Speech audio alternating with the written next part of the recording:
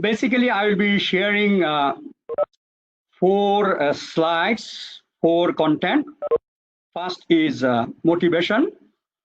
This will be very minor contents.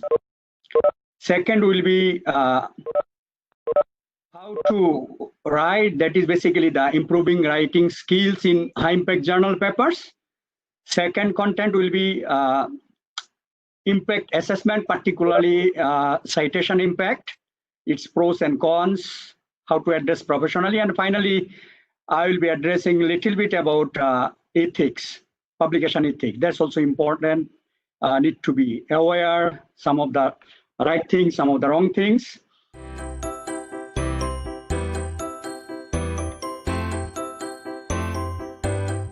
So now I'm coming to the very important slides. This is for what you are waiting for. So I hope you are enjoying my slides. Nobody is feeling boring. Are you okay with me? Yes, bro. Okay, thank you very much. Yes. I'm at the last stage. These are the secret recipes based on my experience and also based on literature study and also my analysis. Whatever I do, I also try to do in a professional way. I try to spend some time to analyze something. That's why I use ISI Web of Science, Scopus, Google Scholar, and so on, as you have seen some of the slides I have presented earlier. So now, please be professional and ethical, because otherwise it will be detrimental for your life. It will be detrimental for the organizations. For example, if paper is retracted, so your life will be spoiled. Maybe there is a retraction watch, and because of this, many people, many top scientists lose their job. We have to be very, very careful. So that's why I put the term professionally and ethically. Okay, so again, those who are making negative remarks, I suggest them to read these things. And also, rather than just simply putting negative remarks, actually they can suggest something, how this can be improved. I think that will be much more appealing, that one much more appreciative, rather than just, discouraging. Because we should promote some of the good things. And if there are negative things, we should also try how this can be overcome, rather than just, I think, putting the negative mentality. So first answer or first question is, topic is very, very important. You can see here. And also I share that I started my research from household appliances and then moved to industrial energy, then moved to renewable energy. Then also I put secret recipe, hot recipe, nanotechnology, nano recipe. That's why my citation is from 68 in 2008, now 32,000 plus. You see that now I gave you the first slide with the cancer research. That impact factor is 222. That is cancer research. So this is again a hot topic. So topic is very, very important. Please do your homework if your topics are not that strong. I don't want you to switch too much, but slowly you do your homework. Try to see where the papers are published, who are published. Okay? Yeah. Try to do your homework. Try to analyze. Yeah, please reduce your noise, please. So as you can see, this is a single paper. I don't have that much citations. Its impact factor is 36,000, 36 something. It is not Science and Nature, but it is a good journal. Again, topic is very, very important. It is published in 2011, not that too long. And even you have seen Science and Natures are not cited at all. So why? It is a topic. And another secret recipe is normally review papers are highly cited. This is a review paper. If you go and explore, you'll see this is a review paper. So 43,000 times cited. So it is a tremendous. So topic is important. So I am giving you one secret recipe, that is topic. How to find the topics? Again, you need to find which papers are highly cited. This you can do by Google Scholar, Scopus, ISI Web of Science also. You can see, and then you do the citation analysis. You'll see papers will come from the ascending to descending, from highly cited to low cited. Then it will give you an indication. And also see who are the top researchers. For example, I also did my homework. In my area, Professor Ibrahim Dinsar is one of the renowned professor in energy exercise. So I see where he published, what he published, in which journal he published, what is topic. So I follow his model. I also follow Professor Arif Hebbasli. He is a good expert in exergy analysis. energy analysis. So I follow his topics. I follow his model.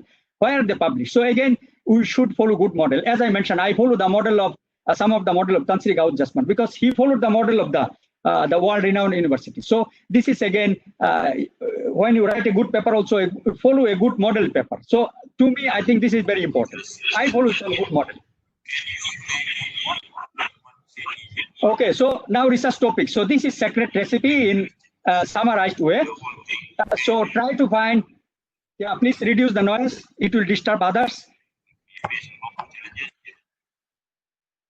Hot peppers. Again, there are another elements that is called hot peppers. Highly cited is top 1%. This is top 0.1% in a month.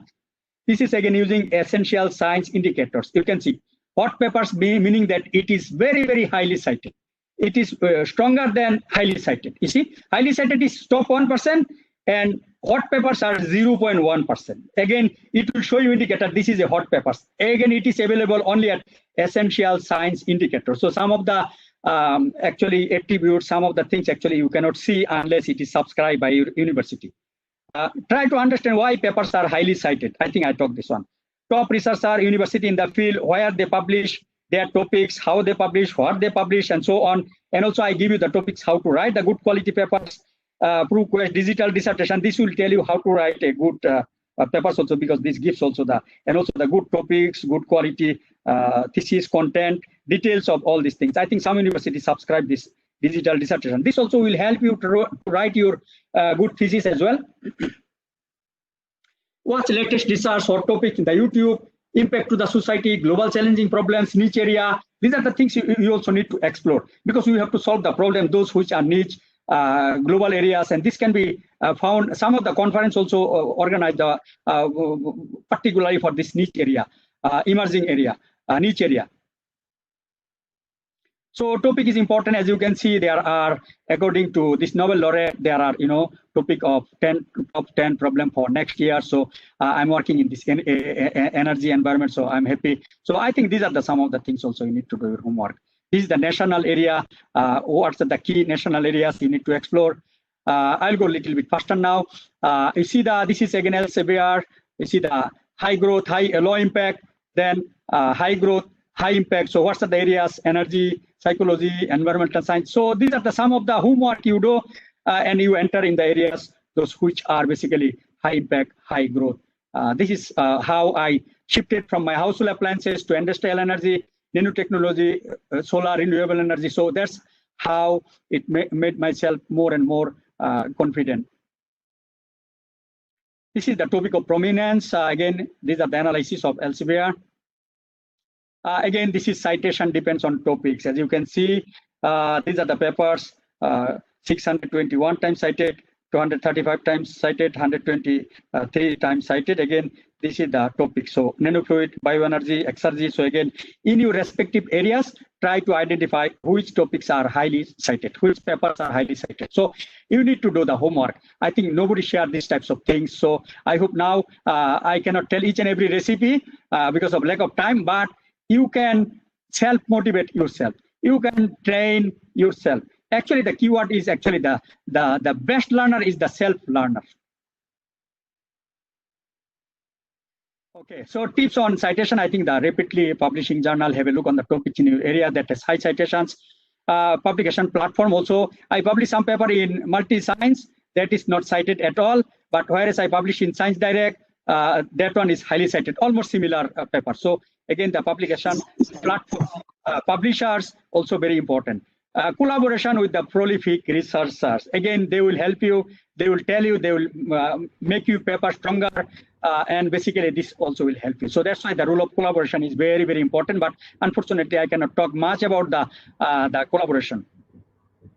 Self-citation. Again, this is a drawback, and also it has pros and cons.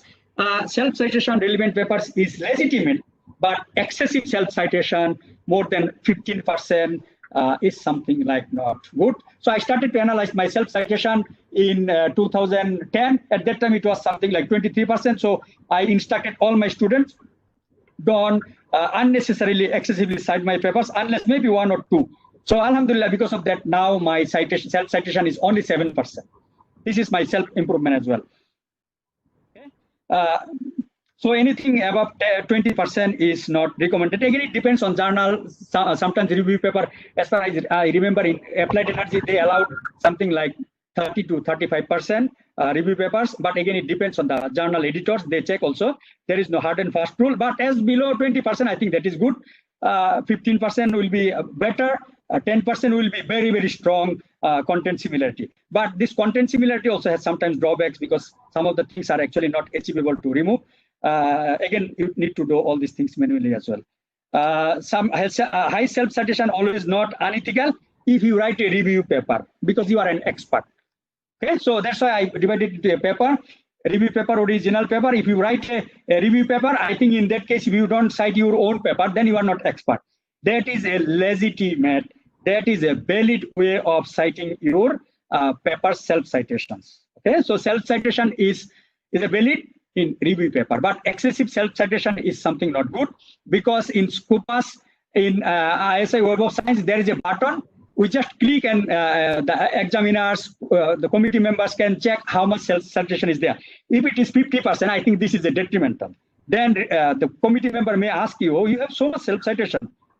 So it is a big question. So let's try to do the things in a professional way, in a proper way that makes really a good image. Open access journal. This is something where sometimes also the paid journal, the publication with the paid charts. I have little bit doubt. That's why I put the references here. Actually, it does not make that much strong in terms of citation. Only thing is that it is openly accessible. Anyone can use it. But actually, the usefulness indicator is as long as it is useful in relation with your paper.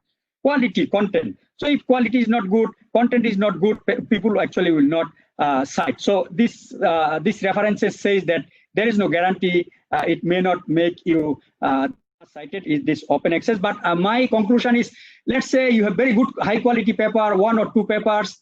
You feel that if it is open, if there is no restriction, good quality papers, and maybe you publish in 1 or 2 papers in good quality journals, I think there might be possibility that it will be highly cited.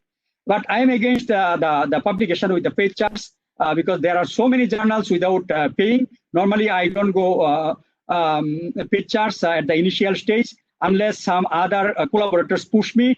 It is their own need. In most cases, I don't prefer publication with the paid charts because if you publish 10 papers with paid charts with the 10,000 is paper, so university will be bankrupted. So I don't discourage. I don't encourage much. I also don't discourage because sometimes maybe this will motivate you. Important thing is if there is a proper process, if it has gone through proper review process, quality is maintained, and they are publishing fast. Some of the, I think the quality aspect is, if quality aspect is there, I encourage. If it is like anything can be published by paying, I strongly discourage there. So yeah, please, young researcher, don't be dream for only published researcher. This may be one of the drawback as well. And at the same time, I encourage maybe if you publish 1 or 2 papers and it made you motivated, in that case, this should be okay. Yeah, okay. So there is a pros and cons of both I discuss here. As you can see now, this is again based on evidence, clear-cut evidence. As you can see, it is dependent on different types of articles. So review articles, original articles, conference paper, as you can see, which one is highly cited. And that is again, I also have a number of good quality strategic review papers also help me to get this award. I also have original papers, but good strategic review papers are highly cited. As you can see, this hallmark of cancer research, this is also highly cited. This is also one of the review paper. I hope this gives a very clear-cut indication so how this can be done in a professional way. But all review papers will not be cited. If you go in any original paper also, normally their review papers are highly cited. That's why some journals specifically focus also to write some strategic review paper to improve their impact factors. Now, rule of collaboration. As you can see, more the number of co-authorships, the citation goes higher. This is again, I have taken from one of the references. I am coming to the closer to my presentation. Again, these are the publisher also important. So always try in the top publisher rather than new publisher, those which are not that yet established.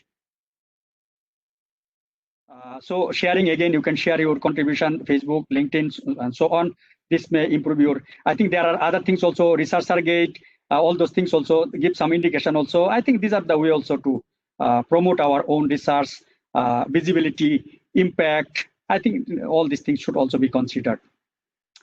Okay, now I am coming here. Please be, please pay your attention. There are unethical practices. So we must not agree with that. We must uphold our ethical practice, professionalism. This is happening, and I post in Facebook and many people that these are happening rampantly. This becomes a normal practice.